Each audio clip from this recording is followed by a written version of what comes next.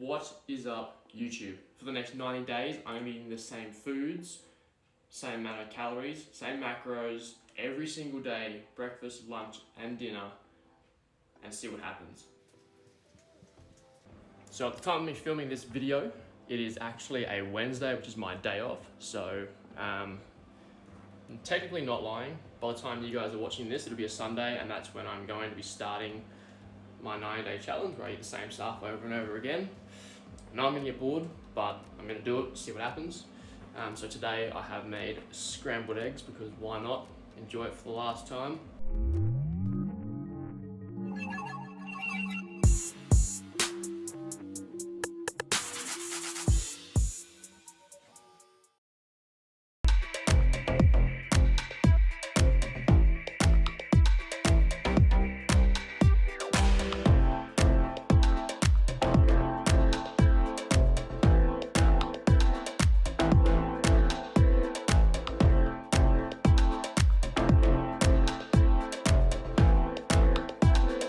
Here is the scrambled eggs, for those wondering. Doesn't look amazing, but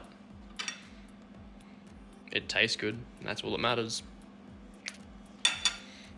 After I've eaten some breakfast, we're gonna go into the room, and I'm gonna show you guys how I calculate my macros. For the sake of today's video, I'll categorize the 3 ways to count your macros to work out how much to eat into pretty much 3 categories. You've got easy, moderate, and difficult. Not to say that one's better than the other, but easy and difficult, there's a bit of a spectrum there, meaning easiest one's probably not as accurate, and then the hardest one is most accurate, with moderate sort of sitting in between the 2 of them.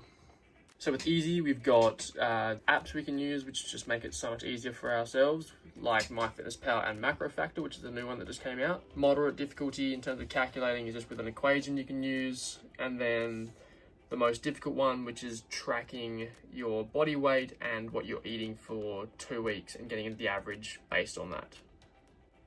Like I said, with easy, we have MacroFactor and MyFitnessPal, which are the 2 main ones. I'm sure there's more out there, but they're the 2 that I know of and that I've used before. In Australia, just gotta be careful, MacroFactor isn't as friendly, whereas MyFitnessPal is, but MacroFactor, like I'll go through after, is quite intuitive and has a special AI program which helps you to adjust based on how your weight's going.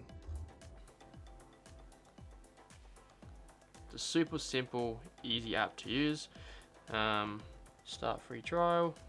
Now, pretty simple and easy to use. I've already used this before, so based on like something I did a week ago, or over the last 2 weeks, it's suggesting to me that I need to change my calories by 6 over each sort of day, which is pretty cool. Whereas no other app does that. It's sort of like you change it the way you want it to be and then adjust it as you see fit, whereas this will sort of based on your goals. Whereas when I put it in initially to start with, I put it in as I wanting to lose weight slowly, about half a kilo over the course of like every 2 weeks, and this is adjusting based on that. I can accept program changes and everything will change for me. My weight trend, verified my account, we can go done. Run through basics, pretend you've read the disclaimer. Now begin with the basics, so you can just go through it all, give it a good read. Male, date of birth, tall in centimeters. I use centimeters, you can use inches or feet, whatever the fuck you want to use. Pounds, kilograms. Select your current body fat estimate, so you just having a guess is the best way to do it. I would say about 8 to 12. Exercising, I'm going 4 to 6 a week, and then I'm probably doing 5 to 15,000. Some days less than 5. I'm probably gonna go less than 5 to be honest. Some days it's a lot less, not every day. Experience with cardio, I played a lot of footy, so I'm gonna go advanced. And then lifting, I've been training for over 4 years. So my default calories is that. You set your goal, so you wanna lose, maintain, gain. Let's say we wanna lose. Goal weight, let's say pretending I'm at 80 kilos at the moment and I want to get to 74.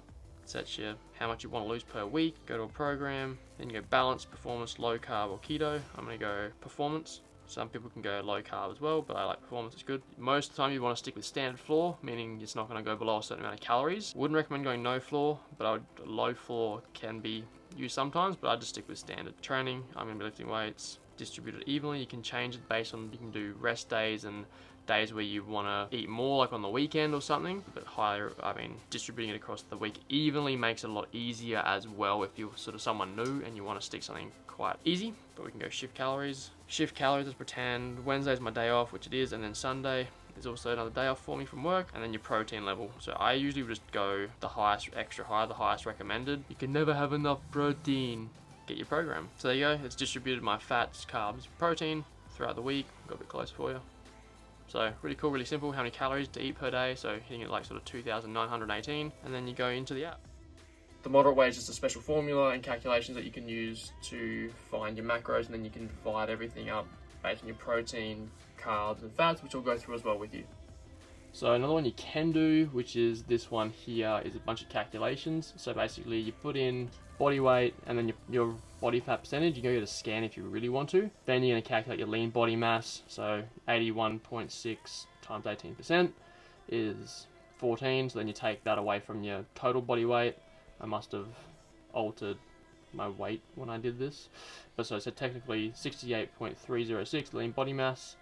Then you calculate your basal metabolic rate, so which is how much you burn throughout the day doing absolutely fuck all. Use this fancy formula, 10 times your body weight plus 6.25, multiply that by your height in centimeters, take 5 times your age, and then plus 5. I don't know how weird, but that's apparently what you do. Gives you your basal metabolic rate, and then use an activity multiplier, which is this table here, based on how lazy you are, or how much you work, what your job entails, what sport you play, all that sort of stuff. I chose the sedentary one because I train at the gym, but I also don't walk a lot of work. So times that by 1.4 gives me my daily recommended calories to maintain, and then you either decide if you want to be in a surplus or a deficit, so bulking or cutting. I decided on cutting 10%, so you just pretty much take 10% off of your maintenance calories. Then from there, that's when you can start working out how much protein stuff you want to do. So pretty easy, you can go protein, your lean body mass times about 1.6, which is like the highest recommended amount of protein. You can go to less than that, obviously. 1.6 grams per pound of body weight, so I did the math there, it was 150 pounds, whatever, times 1.6, and then that equaled 240 grams of protein. And then you just work out the rest with fats and carbs. So out of those 2,300 calories, protein made up 963, fats were 580, and then carbs filled up the rest of it. So you want to have your fats at about 25% of your total calories. So that's why I've done 2357, which is how much I need for a deficit, times that by 25%, and then that's how much I had. And then whatever was left over, you just go, 2357, take 589, take 963, and that gives you your leftover carbs. Pretty simples. Not really. So this is the more difficult way. I wouldn't say it's more accurate than the other way, but the tracking for 2 weeks is probably the best way. Then the more difficult way, like I said, is tracking your weight and calories over 2 weeks using an app, or tracking your body weight in the morning, same time each day, before food, before water, ideally, so you keep it consistent. And then based on those 2 weeks, you can determine what your base level or your maintenance calories are, and then from there you can adjust to go into a deficit or a bulk and increase or decrease calories based on that. Most people typically eat just at or above what their maintenance calories are. In most cases, doing that 2 week where you track your calories and track your weight, you should find that you sit about the same weight for those 2 weeks. As long as you're weighing yourself in the morning before eating and drinking, should be pretty similar. Then for the more determined people, aka Sean, my boy, you can pretty much use all 3 and get an average if you really wanted to. But I just go with one of them, it's so much easier, there's no point doing all 3. They're all quite different. Feel free to use all 3 even, as all 3 would probably give you the best average of all of them, and then you can sort of pick and choose how much you want to increase your protein or decrease it. Carbs, fats, if you'd like more. Some people prefer eating fats over carbs, they feel their stomach feels better, and vice versa. Just play it by ear by what you think's best for you. Also, obviously, you've got to decide if you want to maintain, cut, or bulk. Regardless of the two, just make sure you're getting enough protein in. That's one thing I found when I first started tracking, is that if I don't track it, I tend not to hit my protein targets quite a bit. Fats, carbs, super easy to hit. We're eating those all the time with all the amount of processed shit that goes into our bodies these days. But protein, super important, especially for building muscle and also losing weight. It's satiating, keeps you full, gets you full faster for longer. That means you're not snacking on lollies and muesli bars and all the other shit that we tend to find in our pantry.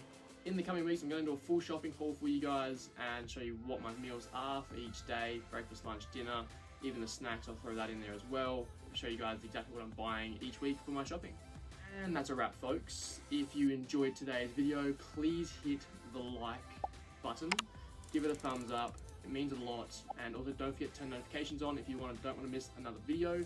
And a lot of you guys aren't subscribed that have been watching, so please hit the subscribe button. It helps a lot. You don't have to watch my videos, but please subscribe if you're already here watching anyway, because why not? Thanks guys, see you in the next one.